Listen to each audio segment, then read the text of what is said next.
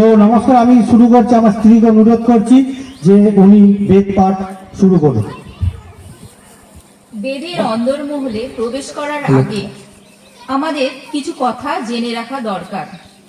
ঋষি বশিষ্ঠ তার অনন্য রচনা যোগ বশিষ্ঠ রামায়ণে বলেছেন, পৃথিবী অনন্ত দুঃখের সাগর। এই অনন্ত দুঃখের সাগরে সেই একমাত্র সুখে থাকতে পারবে যিনি প্রকৃত জ্ঞানী। বেদ সেই জ্ঞান মানুষকে প্রদান করে যাতে সে পৃথিবীতে সুখে থাকতে পারে। আমি এখানে বলছি, এই সুখ কথাটা আমরা কি বুঝি? আমরা বুঝি একটু ভালো খাবো, ওই জন্য আমরা বিয়ে বাড়িতে দৌড়ে দৌড়ে চলে যাই, সব কাজ ছেড়ে সিনেমা দেখতে যাই, প্রচুর টাকা খরচ করে। আমরা নানা ধরনের পার্টি বা নাইট ক্লাবে যাই, নানা ধরনের কুকীর্তি কুকর্মের সাথে যুক্ত হয়ে কেবলমাত্র সুখে থাকার জন্য। কিন্তু সেটা কিন্তু কোনো সুখ আমরা পাই না। মানে আমরা শুধু আশা থাকে যে ওটা সুখ, কিন্তু প্রকৃতপক্ষে ওটা আমাদের সুখ না। কারণ সুখ সেটা যেটা আমাকে মনে প্রাণে তৃপ্তি দেয়। সুখ আমরা কখন পাই?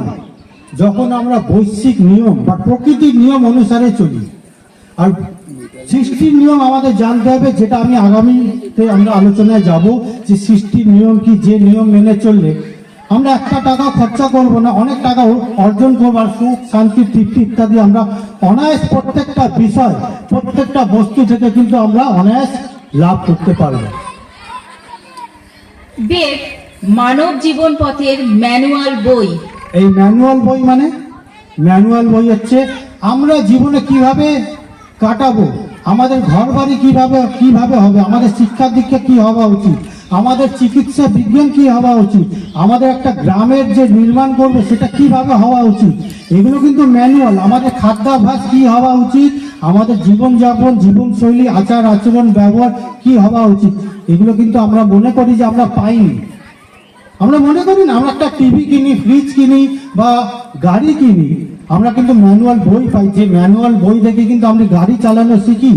আমরা যদি ম্যানুয়াল বই না দেখে গাড়ি চালাই, তাহলে কিন্তু আমরা অ্যাক্সিডেন্ট করে দেখি, দুর্ঘটনায় যুক্ত হয়ে যায়, হয় নিজের প্রাণ হানি হতে পারে বা অপরের প্রাণ বিপন্নের আমি কারণ হয়ে যাই।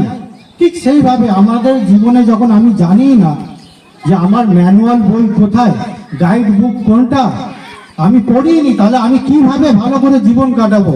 এখনো পর্যন্ত আমরা কিভাবে খাদ্যাভ্যাস হওয়া উচিত, কেমন করে আমার জীবন শৈলী হওয়া উচিত, বাস্তুটা কেমন হওয়া উচিত, বাচ্চাকে কিভাবে মানুষ করব, আমরা জানছি না। আমরা একটা 50 বছর হয়ে যাবার পরেও আমরা মোটিভেশনাল স্পিকারের কাছে যাচ্ছি মোটিভেশন পেতে। আরে আমরা যদি শিক্ষাটা যদি সঠিক পেতাম, আমরা যদি সৃষ্টির নিয়মটাকে জানতাম, কোনো মোটিভেশনের দরকার ছিল না, কোনো ধর্মগুরু আলাদা করে আমাদের যাওয়ার প্রয়োজন পড়ে না। একটা সময় ছিল আমরা যখন স্কুলে পড়তাম, কোনো আলাদা করে টিউশনের প্রয়োজনই পড়তো না। এখন একটা স্কুলে গেলে আপনাকে 4-5টা আলাদা আলাদা বিষয়ের জন্য টিউশনি মাস্টারি দিতে হয়। আপনি স্বাস্থ্যতে আমরা হানি হয়ে যাচ্ছে, স্বাস্থ্যের জন্য কোনো টাকা মানে খরচ হয়ে যাচ্ছে, আর এদিকে আমাদের শিক্ষার জন্য প্রচুর টাকা খরচ হয়ে যাচ্ছে। না বাচ্চা আবার শিক্ষিত হচ্ছে, না সে তার স্বাস্থ্যগতভাবে তার কোনো উন্নতি হচ্ছে। দু তরফেই আমরা একেবারে রাজ্যে বাড়িতে বাস্তুতে আমরা রয়েছি, সেই বাস্তুতে একটা হান্টেড হাউস হয়ে গেছে, যে বাড়িতে ঢুকলেই মাথা গরম হয়ে গেছে। বাইরে আছি ঠিক আছে, বন্ধুদের সাথে বিন্দাস ঘুরছি ফিরছি, কিন্তু বাড়িতে যাচ্ছি তারপরেই যেন কি না কি হয়ে যাচ্ছে। সামান্য কথায় আমি রেগে যাচ্ছি, ঘরে ঝগড়া ঝামেলা অশান্তি। আজ এমন হয়ে যাচ্ছে, শুধু ঘরের ভিতরে খুন করে আমরা ক্ষান্ত হচ্ছি না, মেরে কেটে কুচি কুচি করে আবার তাকে ড্রামের মধ্যে ভরে ফ্রিজের মধ্যে রেখে আমরা তাকে সংরক্ষণ করে রেখেছি। এতটা হিংসা ঘৃণা কি করে আসছে? কারণ ম্যানুয়াল বই আমার নেই। এই ম্যানুয়াল বই হচ্ছে বেদ। সেই বেদকে আমি আজকে তুলে ধরবো আপনাদের সামনে। বেদ হিউম্যান লাইফ গাইড বুক, যে বইয়ের পথ নির্দেশ শুধুমাত্র মানবকে দেহ মনে সুখ শান্তি আনন্দ প্রদান করে না, বেদ মানব জীবনকে সার্বিকভাবে সফল ও সার্থক করে তোলে। বেদ ছাড়া আর অন্য কোনো গ্রন্থ নেই যে গ্রন্থ পড়ে অথবা বুঝে মানুষ তার জীবনকে সফল করে তোলে। কারণ বেদ অবান্তর, অবাস্তব, অবৈজ্ঞানিক, অলৌকিক জীবনের কথা বলে না। বেদ মানব চেতনাকে তার জ্ঞানের সাগরে এমনভাবে ডুবিয়ে দেয়, তারপর তার মস্তিষ্ক এবং পা সর্বদা সঠিক পথে চলতে থাকে। বেদ পরবর্তী জীবনে মানুষ ভালো থাকার জন্য অনেক ধরনের বই, পুস্তক এবং তথাকথিত ধর্মগ্রন্থ রচনা করেছে। বাচ্চারা চেঁচামেচি করছো, বাচ্চারা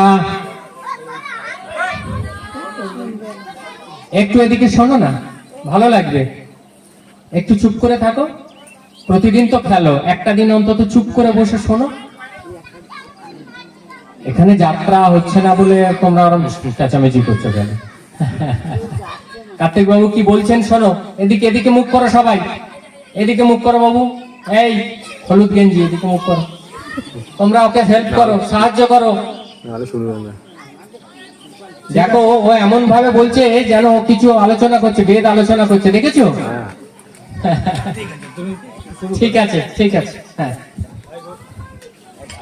বেদ পরবর্তী, আমি আরেকবার শুরু প্রথম থেকে করছি। বেদ পরবর্তী জীবনে মানুষ ভালো থাকার জন্য অনেক ধরনের বই, পুস্তক এবং তথাকথিত ধর্মগ্রন্থ রচনা করেছে।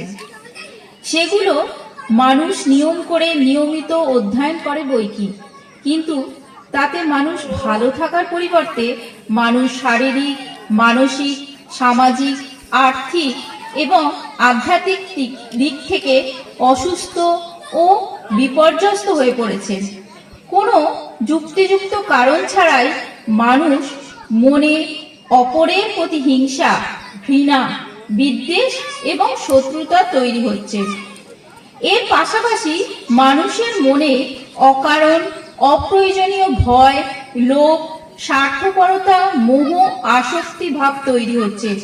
অবস্থা এমনই যে মানুষ সামান্য ভালো থাকার জন্য খাদ্যাভ্যাস, জীবনশৈলী বদল করেছে, হাওয়া বদল করছে, ডাক্তার বুদ্ধি বদল করছে, দেশ বদল করছে, ধর্মগ্রন্থ বদলাবদলি করছে, শিক্ষক গুরু বদল করছে, জাত পাল্টাপাল্টি করছে, কিন্তু তাতেও ভালো থাকা হচ্ছে কই? বেদ তথাকথিত ধর্মগ্রন্থ নয়, তাই বেদ ধর্মীয় উপদেশ দেয় না। বেদ মানবতা, দয়া, মায়া, ক্ষমা, করুণা, অহিংসার কথা বলে না। বেদ লৌকিক উপদেশ দেয় না। বেদ দান, সেবা, ত্যাগ, ক্ষমা, প্রেম, করুণার কথা বলে না। বেদ স্বর্গের লোক, নরকের ভয় দেখায় না। বেদ আমাদের ভালো কর্ম করার কথাও বলে না। তাহলে বেদ কি বলে? বেদ আমাদেরকে কেবল জীবনের সত্যের সাথে পরিচয় করিয়ে দেয়। বেদ সৃষ্টি তথা বৈশ্বিক নিয়মের কথা তুলে ধরে। তারপর সিদ্ধান্ত আমার, আপনার। বেদ অনন্ত জ্ঞানের সাগর।